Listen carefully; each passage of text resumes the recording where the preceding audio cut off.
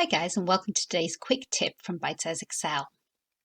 Did you know that you can very quickly insert a screenshot into your workbook without faffing around with things like print screen?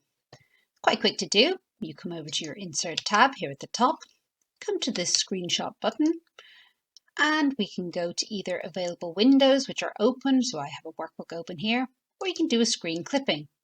And if you click screen clipping, it shows you your desktop and whatever's on it. I have a video of mine open here. We can select that and it will immediately go into your workbook.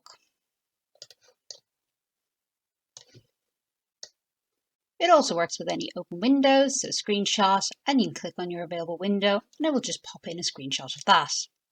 So that's today's quick tip. Hope you found it useful and we look forward to seeing you in the next video.